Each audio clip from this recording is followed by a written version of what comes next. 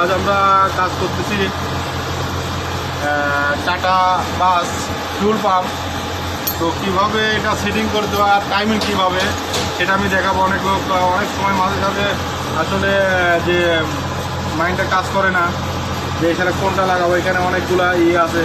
তো আমি পাইপটা আগে টাইট করে নিই, মেন পাইপটা টাইট করার পর আমি দেখাচ্ছি আসলে কোনটা লাগে, মেন টাইমিং কোনটা।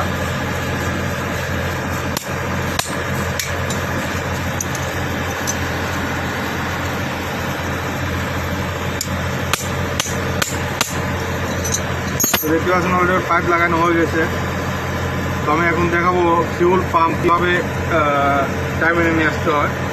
তো অবশ্যই এটা খেয়াল রাখবেন।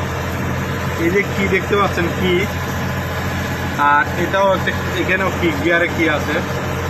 তো এখানে জুম করো, দেখতে পাবেন GCLEC।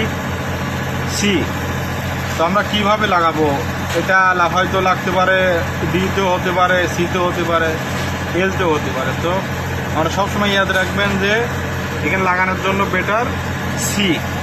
তো সিটা যদি আপনি লাগান তো একদম বরাবর আসবে, ঠিক আছে। সি যদি লাগান তাহলে একদম বরাবর। পাম্পের কি